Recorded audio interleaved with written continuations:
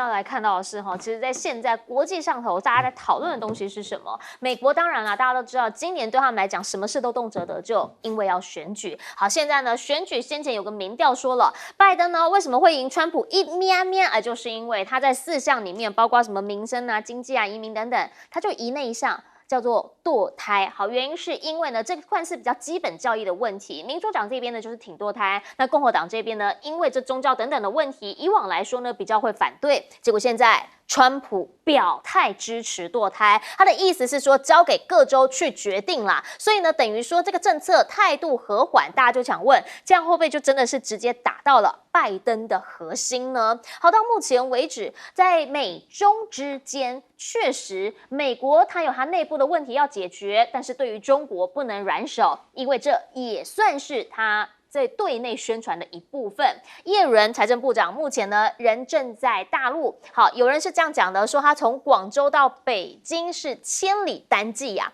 也就是说他单枪匹马来到这边跟对方来谈判。好，到底他来讲了些什么话，其实是有精确带话的啊，什么意思呢？他在北京最后强调了说，不会允许中国冲击重演，拜登绝对不会这么做。讲的其实是几年前，好，那个时候呢说中国这边的钢铁，因为呢他们内部补贴的问题，所以后来呢大举的到国外这边来出口销售。那个时候重挫了美国的经济制造业，200万个工作流失，他就特别强调这一切不会再发生。现在他们所谓新3样，我们都会好好的来杜绝。听起来好像是会有新一波的贸易制裁，对不对？没有他最后是讲说啊，我们依旧会密切联系，因为美中脱钩会带来灾难性后果。大家讲说前面讲的这么硬，那怎么后面没有整个再硬起来呢？还是说真的过往这几年所谓的科技卡脖子等等，真的已经招式尽出，没什么新意了吗？那你会问，那叶伦这次在大陆什么最红？告诉大家，菜单最红，因为我真的每天都会在这个网络上面看到叶伦今天又吃了什么。好，大家一直在关心他到底去哪里吃饭，吃了什么？从广州说这个很有名的粤菜馆吃到了北京，他自己说要吃川菜，甚至呢还跟这个伯恩斯一起去喝啤酒，每一样都是话题。你看看这个画面，现在在网络上面也蛮多人疯传的，说他们特地到这个北京这边来喝精酿的啤酒啊。这一些呢，私下比较民生的、比较轻松的这个老奶奶话家常的画面，一直在网络上头曝光。但是这一些会不会就抹杀掉他原本来的时候那个所谓千里单骑这样的一个杀意？大家开始在讨论了。因为呢，在他之后，下个星期即将来的是德国总理肖兹。肖兹呢，他现在也上传了他第一支影片。TikTok 影片，没错，他去申请了账号，这个就是他在 TikTok 放上去的第一支影片。你看，这是他办公室，然后先拍了沙发之后，结果呢，镜头一转，直接就看到了肖兹坐在椅子上。好，他就讲啦，说他保证自己不会跳舞，因为呢。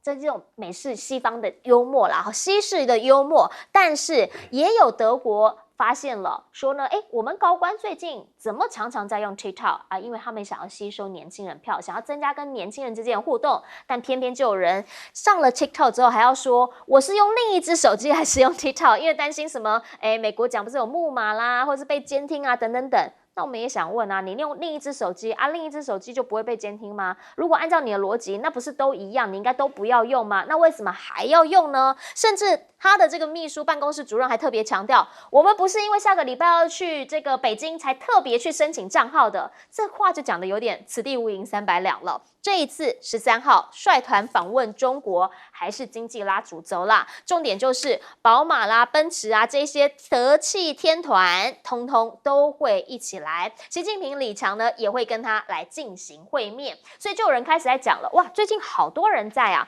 大陆上面呢就有人说了，总共6个人啦，从叶伦、拉夫罗夫，然后到泰国公主施灵通，到越南的国会主席，到越南的副总理，到我们的马英九，他们就说，难怪今天交通这么塞，交管特别多。强调讲的当然就是目前美国他们在这个来访的访客之间，以及中国现在有多少访客之间来做一个比较了。请教赖老师，因为现在对美国国内最重要当然就是他们选举，但是川普感觉是为了赢，他基本交易可以稍稍放软。我觉得川普是以胜选为念，以胜选为打算，以作为他的很明确的战略目标。所以对于堕胎的问题，我们都知道共和党他基本上是比较强烈反对的，但是川普你看已经改变了，为什么？因为能够削弱拜登的支持者就尽量削弱，能够争取到这个转变成为他的支持者，他就尽量弱。你看连内塔尼亚胡跟这个川普的关系也非常好，是，可是他现在也抛弃了。而且，因为他知道整个国内的国际的大氛围里面，对以色列的内塔尼亚胡的做法已经很多的不满。那他攻击批评的方法是说，你内塔尼亚胡你的认知作战失败了，彻底失败，所以你应该下台一鞠躬。你已经造成以色列被国际孤立了，你也对不起以色列人。你看他犹太人也不得罪，国际间也不得罪，他的讲话很有玄机的，就这样转过来了，就把内塔尼亚胡就抛弃了。连这个俄乌的战争，他说我上台24小时，顶多48小时结束。现在也很明显的，因为整个欧洲的国家的人对于俄乌战争已经越来越厌倦了，战争疲倦感越来越明显，所以只希望赶快停战。停战时，可是大家讲不出口，就是割地求和嘛。当初基辛格讲的就是割地求和，被人家骂翻天了。最后基辛格还改口了。现在川普一看，整个趋势已经进行到大家都认为说算了，反正就这样停战吧。那你看现在的是他很明显的看到拜登不肯停，好，这个时候川普就说可以割地求和，那也就又转变了。所以我觉得这个川普的一种完全是以选举的胜选为例啊。那叶伦讲的这个所谓的中国的产能过剩，坦白说这个很难站得住脚，原因很简单，美国的美元印制也太多了，也产能过剩。还有美国的公债发行太多了，也产能过剩。不要忘了，美国的手机 iPhone 其实它国内早就可以满足了，它卖到全世界各地去，产能过剩。过去特斯拉也是产能过剩还有就是以前的福特汽车也是产能过剩。其实还有几项也是产能过剩，牛肉养太多，还有大豆、玉米都种太多，都是产能过剩。所以我觉得，如果要讲产能过剩的话，哇，美国真的是不少日本也有，日本像尼桑的日本汽车，你看它才1亿多人，它不需要那么多辆车嘛，它产的那么多，尼桑啦、Honda 啦、Toyota 啦，你要数的一堆产能过剩。那我们的晶片是不是也产能过剩？我们的晶片也产能过剩，所以叶伦的他们提出来的这个产能过剩的这个理论站不住脚的，因为你只要你卖得好，你当然就想办法占领全世界嘛，是，大家都想尽办法扩展它的市场嘛。对不对？你看法国的化妆品不是也产能过剩吗？因为法国人用不完嘛，对不对？那也都是产能过剩。所以我觉得只要你哪一个产品你卖得好，就拼命的往全世界行销。现在中国大陆的某一些产品卖得好，你就说人家产能过剩，其实要反过来说，你们这个日本啦、德国啦、法国啦、意大利啦、美国啦，你们产能过剩的东西，那数都数不完。我觉得讲这个产能过剩的理论太脆弱了，就跟去年搞这个去风险一样，那个理论也太脆弱了。在前年搞国家安全，那个理论也太脆弱了。你就可以知道，从美国这一届政府每一年创造一个金句，每一个金句都玩不下去。国家安全玩到最后，人家对你美光也用国家安全，对加耕者的出口也用国家安全，稀土的出口也用国家安全，都受不了了。那因为你用国家安全，我也会用国家安全；你用去风险，我也会去风险。都玩不下去的时候，今年创产能过剩，这个更低级。而且更站不住脚。我都觉得美国那个拜登团队，你们这些学者专家脑袋到底装什么？不过我们还是谢谢这个叶伦帮我们做了一件事，让我们中餐不管是广州的美食、成都的美食行销全世界，这个还不错。请教一下玉芳委员。先讲这个川普川普的改变，因为他的形势其实是越来越不好，是因为他90几件的官司好像每一件官司都很难过，不仅罚很多的钱，让你很多的竞选经费被挪来付给这个律师还有付给罚款保证金这些，所以他情势是不是很好因为你一件一件事被定罪，然后不断在法庭这样攻防。这破坏他的形象很多，所以他要有所改变。不过这种改变也不是没有风险，因为他现在就是站在中间他两面都要讨好。第一个，他就是说我没有反对堕胎，但是堕胎的权利应该交给各州自己来立法来限制，而不是由中央来做一个统一的这样一个限制。好，这样子好像就他可以交代说，你看我并没有反对堕胎啊，可是高度堕胎的人讲说，你看这个也不是你随便可以堕胎的，还是要州法来限制。这个两面讨好，有时候就是两面都会碰壁。好，所以你看这个格拉姆是南卡罗州的这个2位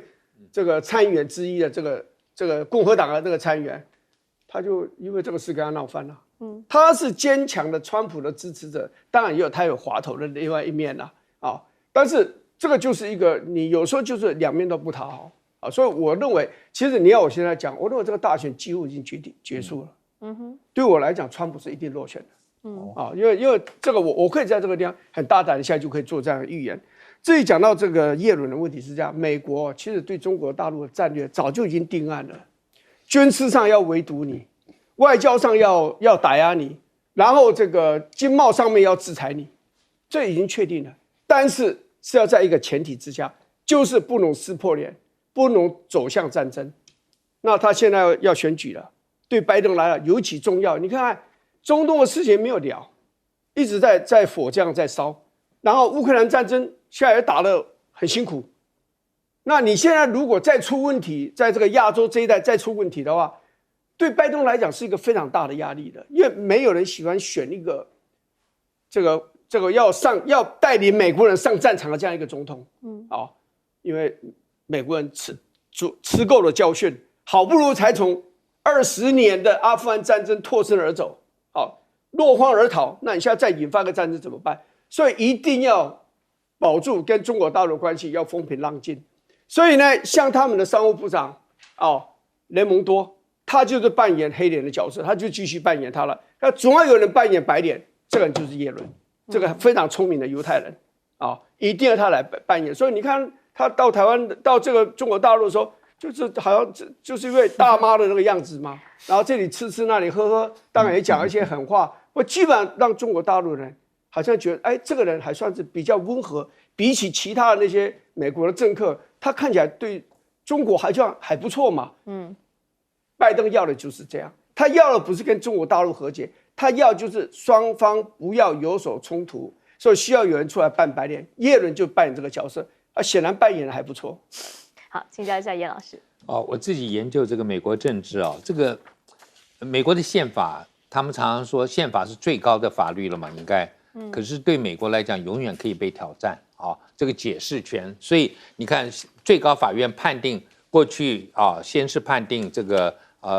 堕胎已经合法化，1973年，结果2年前他们判定说不行了，不行以后说还给各州。可是你知道，你还给各州就好了吗？就结束，就回到1973年以前的状况。可是反对堕胎的，我们说支持生命者 pro-life 跟这个 pro-choice 这2个阵营 ，pro-life 还是不满意他说，因为你现在在德州不行，可他们会跑到别的州去所以要继续追。所以现在美国的国会就要把要求干脆全国都说不行，这样子就不会有这个了。那可是对川普来讲，川普你知道他在堕胎议题的立场，他之前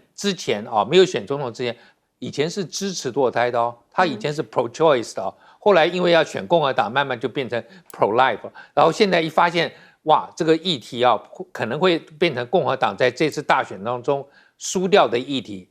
他又改变立场，说，好像就是支持各州做决定。那我觉得，当他的这个共和党的这个朋友幕僚，或者说我们讲说在国会当中的伙伴还真辛苦。你看一开头他们很积极在推，觉得川普好像可能会支持，结果现在川普一讲，他们好像态度又开始有点改变了。虽然那个 Lindsey Graham 可能很不满意，可是有一些人就好像这个总统候选人不准备支持了，那我们是不要那么积极来推动。所以川普从这一点政策，你就可以知道，确实就是一个。完全是一个投机性的一个政治人物，商人的心态哪边有票我就往哪边，因为确实这个票是很危险的，就是对特别是我们讲说美国郊区的职业妇女来讲，他们是觉得说我不一定会去堕胎，但是当你把我这个权利拿掉的时候，万一我需要的时候，我不希望被剥夺这样权利，我可能完全都不会用，但我不希望那个权利被拿走，所以这是川普还蛮精明的地方。那我觉得叶伦也是到大陆啊，就是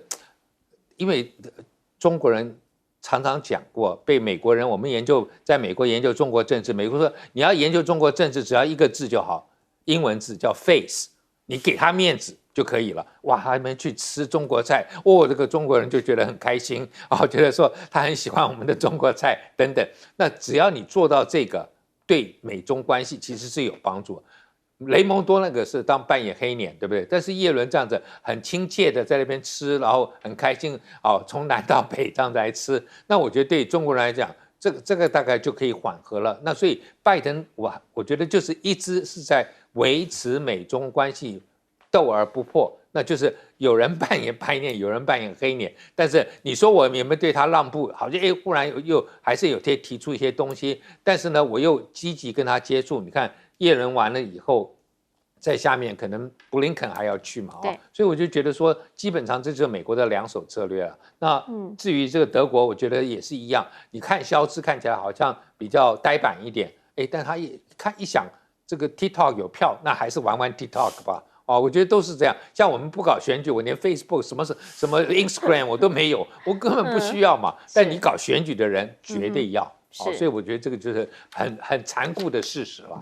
现在在网络上面，大家除了讨论这些社群之外，很多在社群传递的是什么？是目前战事的一个最新发展了。好，原因是因为大家现在很担心伊朗它的复仇会长什么样子。因为现在呢，何梅尼已经讲了，说他会为被炸死的3个将军来讨公道。目前传出已经有大批的导弹军车进到了叙利亚因为那个时候呢，就是在叙利亚他们大使馆被炸嘛。那如果真的要报复起来的话，到底时间点到什么时候？有人说了是不到12个小时。好，原因是因为呢，现在传出了以色列 F-15的基地呢，说已经有遭受到猛烈的空袭。那目前呢，以色列这边会不会回击？如何回击？这个也是一个重点，因为加萨走廊现在传出拉法他们一定会打，时间点在什么时候呢？这个时间点还没有完全的确定，因为呢，突然撤出了加萨地面部队，有保留了一个保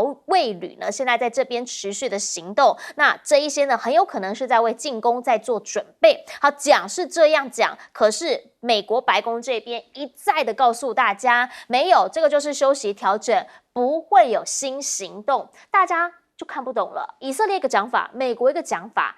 应该以色列才是对的吧？美国你到底掌握有多少？这个问题，我想已经变成了拜登年底要选举的一个烫手山芋。因为现在呢，除了加萨走廊这边的状况之外，俄乌战基本上美方现在也是头很痛啊。俄军呢，现在看起来已经开始他们春季大反攻了，因为狂打的就是基础设施，包括电网，要摧毁他们的战时经济。80%的火力发电厂说，在乌克兰这边通通都已经被袭击了。同时芬兰也说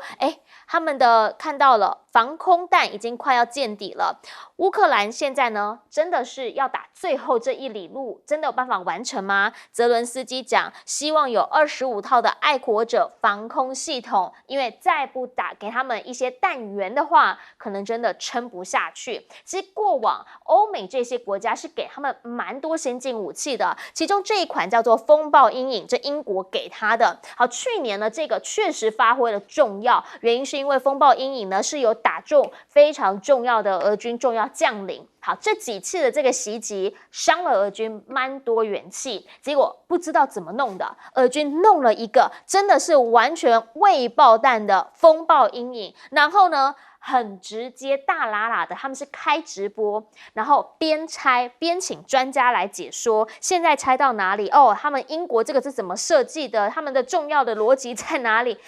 这个对于军事上面来说大忌耶！为什么？因为能够精准的打中对方，他的秘密武器在哪里？他厉害在哪里？这些都是重要军机呀。那研发这么久，结果呢，就在一场直播，而且是全球直播当中，全部压出来。好，这个大陆这边的媒体他们在讲了，基本上呢，这个是要告诉俄罗斯，告诉乌克兰，告诉所有的西方媒体，要援助乌克兰，你可能有这个风险，就是你最好就是你那个武器啊、车啊，不要掉到我的手上，否则我让你也没有办法再继续生存下去。好，现在北约秘书长就直接讲了，乌克兰虽然呢在极力的抵抗侵略，但为了求结束战争，他觉得未来啦，乌克兰不得不在辩论桌上面有一定程度的让步，而过往呢一再的说绝对不会战败的泽伦斯基，则开始喊话。美国国会再不伸出援手的话，我们可能真的会面临失败，开始也有些担忧了。回过头想要请教赖老师怎么样来看？好，我们先从这伊朗这边开始好了。加沙走廊持续在打，但伊朗跟以色列这个案外案，现在伊朗也开始反攻。我们目前来讲，我觉得我们的观众朋友确实应该要担忧一点了因为中东地区如果这个伊朗跟以色列的大战如果升高了、打起来了，对于油价一定会上涨。现在油价已经到90了，破100的可能性就又存在了。那我们目前来讲，在压下这个通货膨胀这个部分，也就是物价一直上涨这个部分，已经花了很大的努力。但现在看起来很有可能，油价一上来的时候，那我们的这些努力又化为污水。那另外一个金价也一直在涨因为目前连续涨了7天了，很多国家都在做战争的避险那么都在增持这个黄金的储备，那所以黄金现在变成是需求量很大。为什么呢？因为目前来讲，由于伊拉克的执政也是什叶派，然后伊朗也是，叙利亚也是，这样的情形下的话，伊朗非常容易的把他的这些比较大有杀伤性的武器，那么经由伊拉克送到这个叙利亚，目前的情况是一直在增加中，然后再由叙利亚进入这个黎巴嫩，一点困难都没有，障碍也没有。美国基本上来讲也很难去阻止迫害，所以看起来是这种运输的能量在加强，运输的能量在加强，这些大杀伤性的武器一直往以色列的边界在推，也就是以色列的东北边跟北边那么这样的一个沿线火力一直增强的时候，那以色列跟周边国家的直接爆发的冲突很有可能就会爆发了。那如果一旦发生的时候，我们想中东地区又进入不安的一个情形，美国介不介入？这对美国人来讲又是一个大哉问。为什么？因为这次伊朗的一个反制或者报复有正当性，也就是说，以色列公然违反维也纳的外交公约去炸这个领事馆，那这样的情形下，这个伊朗的报复行动似乎是有它的正当的。另外，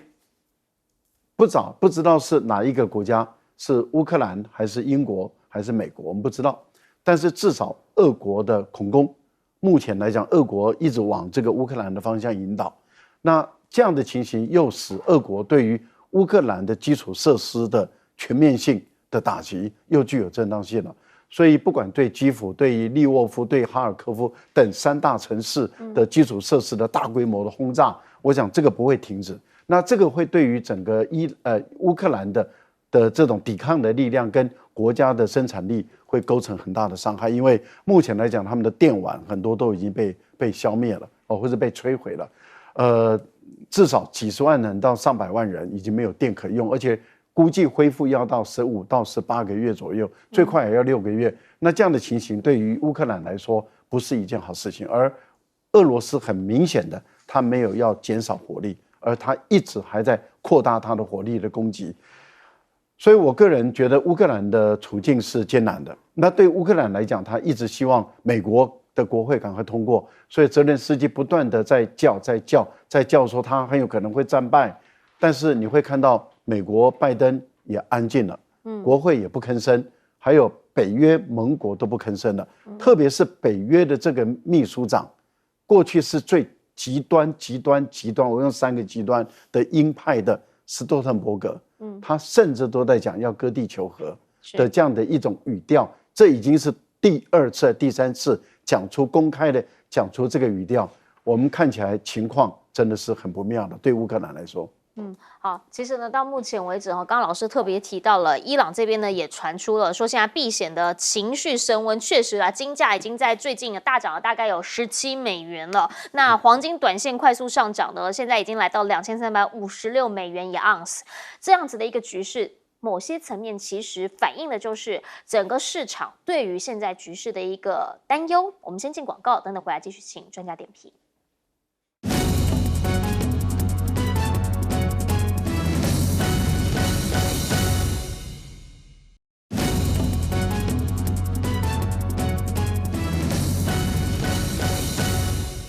好，我们刚讲到在加萨走廊这边局势还不明朗，不过最新的发现了，以色列铁穹很厉害，现在铁穹出现了海基板，也就是在海上，什么意思呢？原因是因为他们发现了2月开始后，也门这边的青年运动叛军开始用弹道飞弹来攻击他们。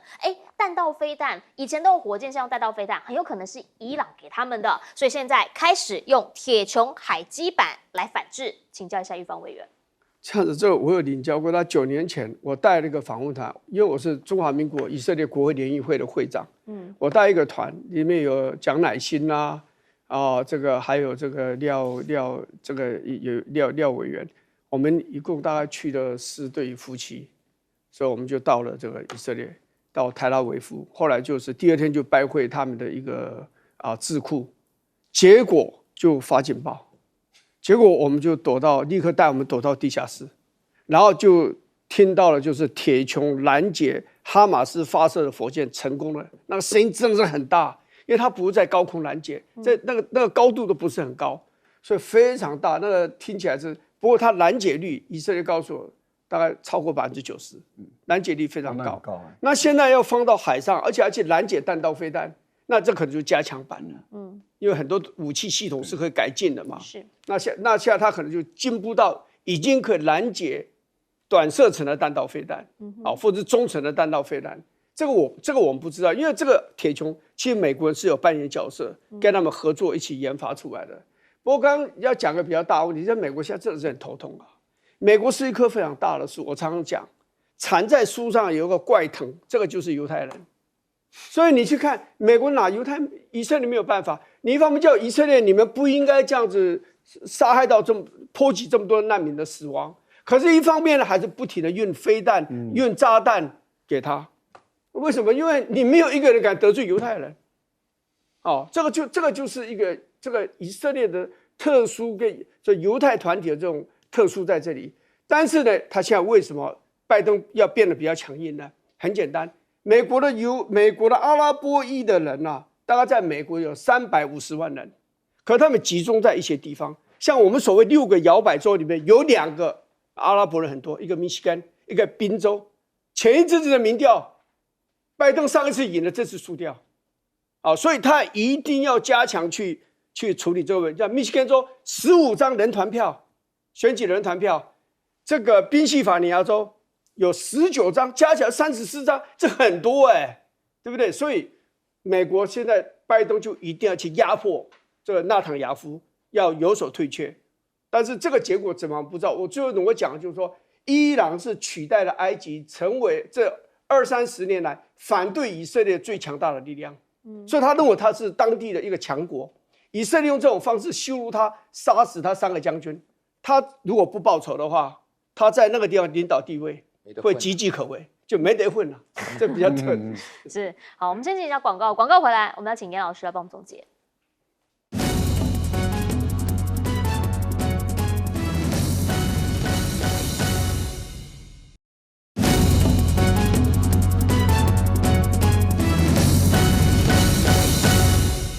节目最后，请严老师帮我们总结。我想第一个伊朗的问题就是他今天是在驻这个叙利亚的大使馆受到攻击，所以大概全世界以色列的大使馆现在全部都就是神经都绷紧了，就确定不会被这个阿拉伯人来报复特别也包括这个穆斯林，不一定是阿拉伯，反正就是和伊朗有关、中东有关的反对以色列的这些都有可能会在不同的大使馆会做一些动作。另外美国大使馆也要稍微当心一点，因为你今天是美国在挺以色列，美国大使馆，像我去非洲，他们都是戒备森严把你隔1-2条街就开始有站警卫，就怕你攻击。因为你看在非洲也好，在中东，当年那个黎巴嫩也是就是等于是他这个直接开炸弹车进去就炸死你人。所以这个是美国跟以色列在这件事情发生之后，我觉得必须要做特别的谨慎。但是我相信啊，在台湾的以色列代表处跟 AIT 是完全不需要担心，因为我们是最亲美的地方啊，所以我们也是让以色列人觉得很放心。可是今天就从这一点问题来看，就觉得说，对拜登来讲，今天你力挺，因为现在看起来他的自由派已经对他要求 push 他很大，那甚至啊，就是说。连川普都看到一点点的问题，他都不敢完全来挺内塔尼亚胡的时候，你就知道美国可能会的动作会有一些改变。大家午安，我是秦燕莹，欢迎来到新闻大白话。接下来这些小时国内外大小事，要您听得懂的话说给您听。现在介绍这些小时来宾，首先要介绍的是国际政治专家赖岳乾老师。主持人好，观众朋友大家好。还有国际战略学者林玉芳。大家好。以及政大国关中心兼任研究员严正生老师。主持人好，各位观众大家好。好，一开始要先带您来看到的是在今天出来的一个媒体爆派消息，说国安三长已经曝光了。目前的外交部长吴钊燮呢，在520之后，应该呢会回国国安会担任秘书长。至于现在的国安会秘书长顾立雄，则传出会出任国防部长，国安局长蔡明彥呢，则是留任。好，现在说预计是4月12号，也就是可能在周五的时候会来公布。讲到了顾立雄，大家看到他就讲说，哇，真的是通才啊！为什么？他曾经呢在台湾当过非常多不同的职务，包括党产会的主委，包括经管会的主委。后来呢到了国安会当秘书长之后，现在要变成国防部长。他应该过往他的经历，他通常呢是看到法学相关的。那曾经呢他的专长我们看到是一般的民商、涉外诉讼事件、仲裁事件，还有契约的赚拟记谈判。大家想问，为什么这一次这样子会请他来出任国防部长呢？之前其实大概2年前，那个时候也曾经有传出说他可能会出任国防部长，还说他会是第几位的文人部长。那个时候前立委林正杰呢曾经这么说，他觉得这里头可能跟军购的黑幕有关系。重点是那个时候林正杰他曾经提到了说，对美军购里面呢未交割议价中的武器高达1兆多的台币，需要懂得密约又懂得相关金钱流动的律师来处理。有没有可能他就任之后，军购会是一个蛮重要的其中的处理事项呢？主要原因是因为2023年的新闻，去年政府告诉我们，未来4年军购的预算确实是倍增了，而且呢可能会超过500亿，年均超过500亿。大家开始在问了，说文人领军到底为什么属意顾立雄？今天也看到这样一个报道传出了，说国防改革最后一里路，强调了过往呢基本上在8年的时间里头，蔡英文一直在做国防改革这件事情。那个时候呢，因为他当国安会的秘书长，所以这里面他也多所涉猎，甚至还曾经带团出国去国外跟人家交流，所以有可能他来担任这个文人国防部长之后，就可以做到文人改革的最后一里路。最后一里路有没有觉得有点熟悉？这个要不跟蔡英文任内跟任性这2个字差不多了，很常听到。我们还去查了一下，蔡英文最后一里路，搜出来发现竟然有64万9千笔搜寻的相关结果。大家开始在讲了，说哇，原来最后一里路在蔡英文任内常常出现，也让大家感受到怎么好像在蔡英文任内很常走不到那最后一里路。好。我们刚刚讲说，基本上啦，2年多前曾经呢有过新闻，就是2022年，马上考古就找到了。来，波基哥告诉我们，那个时候呢，这个《中国时报》就曾经用半版来头版头告诉大家，顾立雄渴望成人文人的国防部长。好在今天呢，我们看到了这个《自由时报》呢，来摊开报纸一看，则会发现了，满满的一版呢都在讲顾立雄，还有蔡明彥以及国安会现在是由谁来接任。那里面也特别提到了每一个人呢，他们都有所琢磨。不过与此同时，隔壁这一版，来你仔细给他看，也花了整整1版来讨论马英九是不是被中国当作有用的白痴来使用。好，这个就是他的原文。但你来看到的是，大家讲说，怎么这个时候在讲这件事情？当然啦，现在呢，这个马英九人在对岸，每天都有新闻出来。那现在呢，大家就说了，这一位评论的是谁？是国防大学的政战学院的前院长，叫做于宗基。好，他特别强调，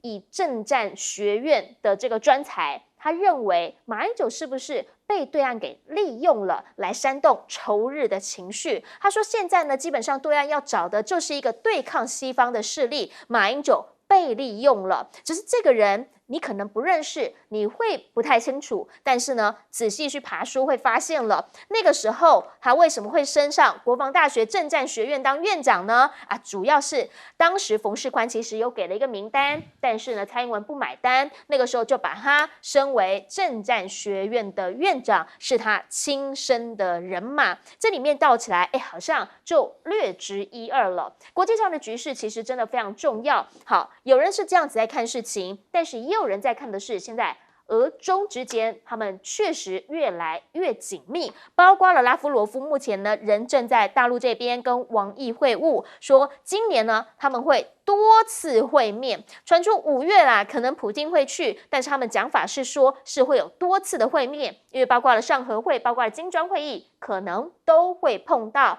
而另一个部分呢，则是在4月11号即将登场的是美日会峰会。拜登有可能会在这个节骨眼上警告中国有关的美菲防御条例适用范围，告诉他小心一点，必要时候我们也会跟着盟友一起反击。至于岸田文雄呢，则是强调了说呢，强化同盟的必要，暗批中国的海上活动，让北京直接跳出来反对区域里头在搞阵营对抗。好，讲是这样讲啦，但是呢，你也可以看到他们不是只靠嘴皮上说，是真的有所谓军演动作，因为包括了菲律宾呢，现在要跟美日澳做大规模的联合军演，所以中方也不得不开始同步的战斗巡逻了。两方在南海这边彼此都在较劲。至于呢，在日本这边，他们则是在4月8号的时候公开已经完成了甲板第1阶段的改造工程，让他们直升机护卫舰加贺号呢可以变成实质的航舰，也可以变成有战斗力的航舰，让 F-35B 让它来起降。换句话说，也是一种小航母的概念了。从东海、台海到南海，好，一线连起来，今年呢感觉会有非常多的变化，所以要请教委员了。在台湾520之后，大家都说国安3长非常重要，今天已经有道派的人士曝光，这就只能说是赖清德相信顾立雄，或者是在蔡英文强力的推荐之下，那赖清德接受了这个顾立雄，就是这样子而已。因为顾立雄其实跟军方的渊源不深了啊。他当国安会秘书长以前，很难去联想他跟国防有什么相关。但是显然他当这个国安会秘书长之后，跟蔡英文有更深的这样一个接触，所以他的留任应该是蔡英文强力的推荐，赖清德愿意接受这样子。他就是这个部位首长都这样，就是总统对谁信任，他要用谁，大概基本上人家也没有办法去反对啊。那至于说他是不是上来有要观测什么文人领军如何？中华民国文人当部长，他不会是第一个人吧？陈履安的时候就已经是了嘛。在这以前也是啊，蔡明宪也当过国防部长，虽然时间非常的短。那孙正呢，他当过国防部长更早，所以这个没有什么文人领军的那种意义啦，是没有那个意义。第二就是说，他们觉得好像改革差最后1里路是吧？那顾立雄要出来，要完成在最后1里路，在最后1里路是什么东西？是什么东西？是觉得说对民进党还不够效忠军方，所以希望顾立雄来完成，让军方最后能够完全的臣服于民进党之下，是这个样子吗？那我请问一下，军帽几年前的军帽，可以把青天白日满地红那个红把它换成了绿色，那就不代表军队都已经很顺从了吗？你看他军方做这个决定的人，不管你是个少将一个中将，至少参谋总长、国防部长对你都没意见啊，这还不够顺从吗？第二个更荒谬的是，选举前马上就要选举，就这次的总统立委大选，结果你来一个发个国家级的警报，说中共这个发射这个卫星，可是呢英文呢，国防部的英文2度是用 missile， 是用飞弹，所以呢出口又转内销，所以很多人，尤其南部很多人都相信说因为发射了这个中共发射弹道飞弹，而且飞越台湾的上空，威胁台湾，而且显然想介入总统大选，所以南部影响非常大，整个影响又4%。每天都有做民调，就是影响就10%。那你想看这个东西是你邱国正自己要做的吗？我不认为。我认为这个就是政治在指导，政治的高层在做指导，而邱国正就接受。是纠纷还不顺从吗？已经很顺从了，帽子都变了，人造卫星都变飞弹了，你还要怎么样？所以我也不认为什么最后一里路，总是说对于他们来讲，就辜立雄是他们一个相信的人，他们能够信赖的人。他如果辜立雄到去当国防部长啊，有助于这个民进党对军队的掌握，就是这样而已。其他你要再讲说因为辜立雄有什么特别的地方，那你意思说要找个人跟辜立雄辩论一下吗？看他的国防知识有多丰富吗？显然也不是这个样子了。所以这个只能说他就是这个本来是这个女王的人马嘛，现在就变成国王人马，就是这样子而已。我不认为有什么其他的因素。对，想请教一下严老师，你怎么看？我想第一个，如果今天请顾立雄当国防部长，刚刚我们看到他致力说，契约谈判，那是不是把我们跟对美买采购武器到现在还没拿到货，美方有没有违反契约？先去查一查。我们希望顾立雄在这个上面多发挥一下因为我们往往对律师的概念最错误的就认为都在出庭，在这边辩护，错了。律师大部分就是搞契约搞契约搞得好，对你的公司、对你的国家都有利。所以我常常会认为说，我们东方式的思考是跟西方有很大的差距。我们常常相信我们的承诺人什么东西，对不起，西方就是所有的细节都在这个魔鬼都在细节里，他们的契约是最强的。那今天你顾立雄既然是这方面专家，我希望我们未来以后所有的采购我们都不吃亏都是按时缴货，而且美国如果没有按时缴货，一定要严惩。就好像当时对不对？早年我们知道你去订那个就是叫什么叫外送来，晚到半个钟头罚钱我觉得就是这个样子。那很简单，你今天这个也美国都不交货，我们还没有声音。我觉得顾立雄，你是不是应该朝这个方向来努力一下那另外，我们当然我看到就是说今天这个日本、菲律宾跟美国搞一个小的联盟在那边讨论，然后呢，俄罗斯跟中国也讨论，让我看到的是很像一次大战之前就是当时奥地利、奥匈帝国跟德国跟意大利有一个这个就是这个三国同盟这样子一个密约然后后来法国跟英国跟俄罗斯这个10年之后也搞个密约，这就是后来为什么会有一次大战，就是大家都已经变成是伙伴关系，那其中有一个被攻击，那其他都要帮忙。我觉得现在跟一次大战之前很像，但是呢，不搞密约了，大家公开见面公开这个签订。那所以现在的局势，我觉得是更是危险，就是看起来没有国家，没有一个强权，包括美国、包括中国在内，都想要说化解现在的矛盾，或者我说降温，反而是不断的在升温，然后不断在拉帮结派。我觉得这个结果，我们虽然没有参与这个里头，可最后受害者一定是我们我觉得这个是我们我们自己要去看这个问题，要去想的。那另外国防我觉得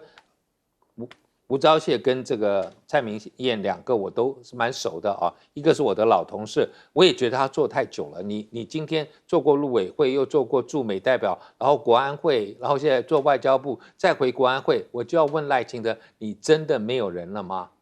你真的没有人吗？就只有靠这些吗？还是你们用人的圈子实在小到实在可以了？那蔡明彦，我觉得因为陈明通下来之后这个国安局这个时间还蛮短，这个过渡一下，我觉得是可以。可是我不觉得今天吴钊燮还要再回去做这个国安会，但是看起来今天结果就是这个样的。你们要想请教一下赖老师了因为这样子听下来，大家就想问了，与此同时，他就花了一个版呢，在讲这个现在的国安3长会是多少多少，那又花了一个版呢，在讲说马英九现在被对岸拿来利用，甚至用字其实还蛮直接的。如果这个于中基因为小我好几届了当然我们都知道他是这个蔡英文所用的人嘛那如果于中基对于马英九是这样骂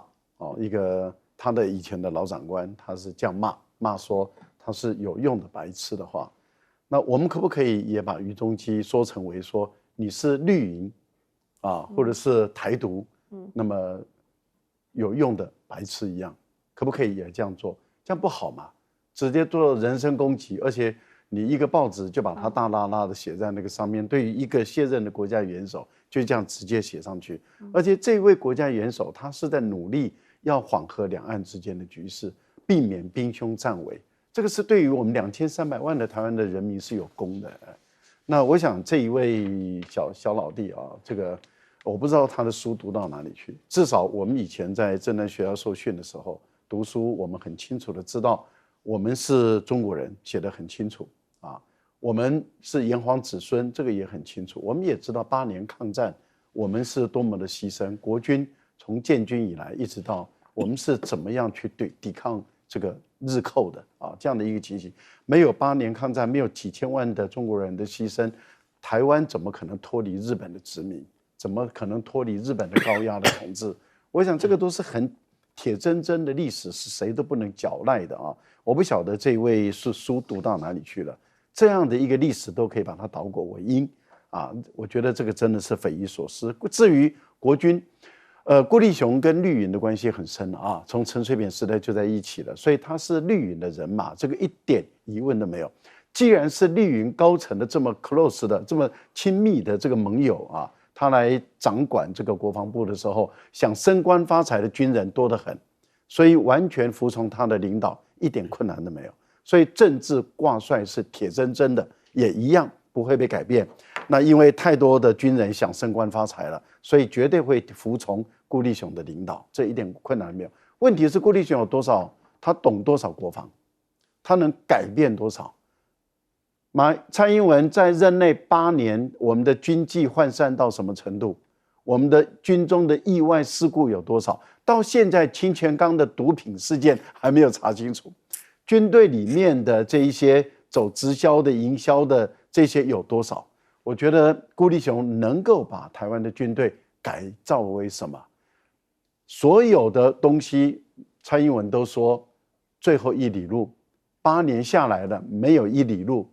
做出来，这简直是一个可笑。至于美国跟日本跟菲律宾，那更是可笑。美日安保，日本不是小国啊。但是日本对中国大陆来讲是小国了，但是美日安保说基于钓鱼岛已经讲了多少年？今天解放军不管是空军、海军穿越宫古海峡，海警船几乎1年365天中有360天至少都留在留在钓鱼岛的12海里内。这个美日安保有什么用？所以现在又搞一个美日菲，说啊，我要在这边宣布，谁理你啊？坦白讲，谁会理你啊？